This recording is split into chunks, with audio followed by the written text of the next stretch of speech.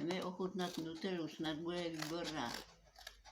Jsem na to zvědavá, co to bude. Podle mě nic moc. Je to pro děti spíš. Děti si má dávat to nejlepší. Dostali jsme to.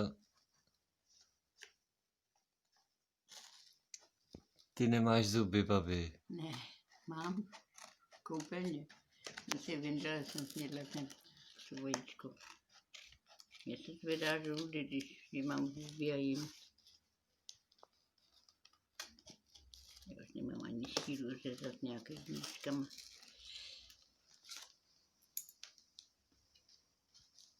Já jsem to měl ustřihnout.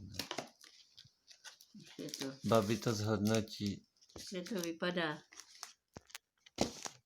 Ta dobrota nutelská, německá. Je to hezky zabalený. Ještě to musím ustřihnout tady a pak to ochutnám. Německo-čínská. Čínská? Oni to dělají v Číně a svádí to na Němce. No.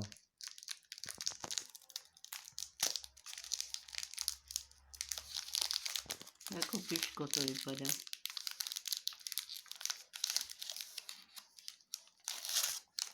Hezky to vypadá. Takový měkký těsto. Ukousni si. Si to ulomím. A ochutnej.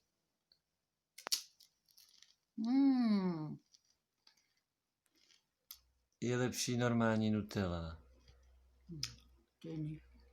Je tam málo toho. Dobrý.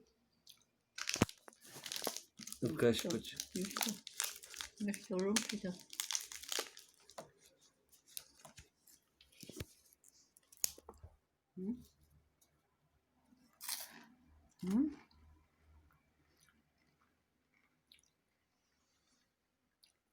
Ale hodně to. Dobrý. Bolí mi zuby z toho. Kolik toho tam je? Nic moc. Tak čau.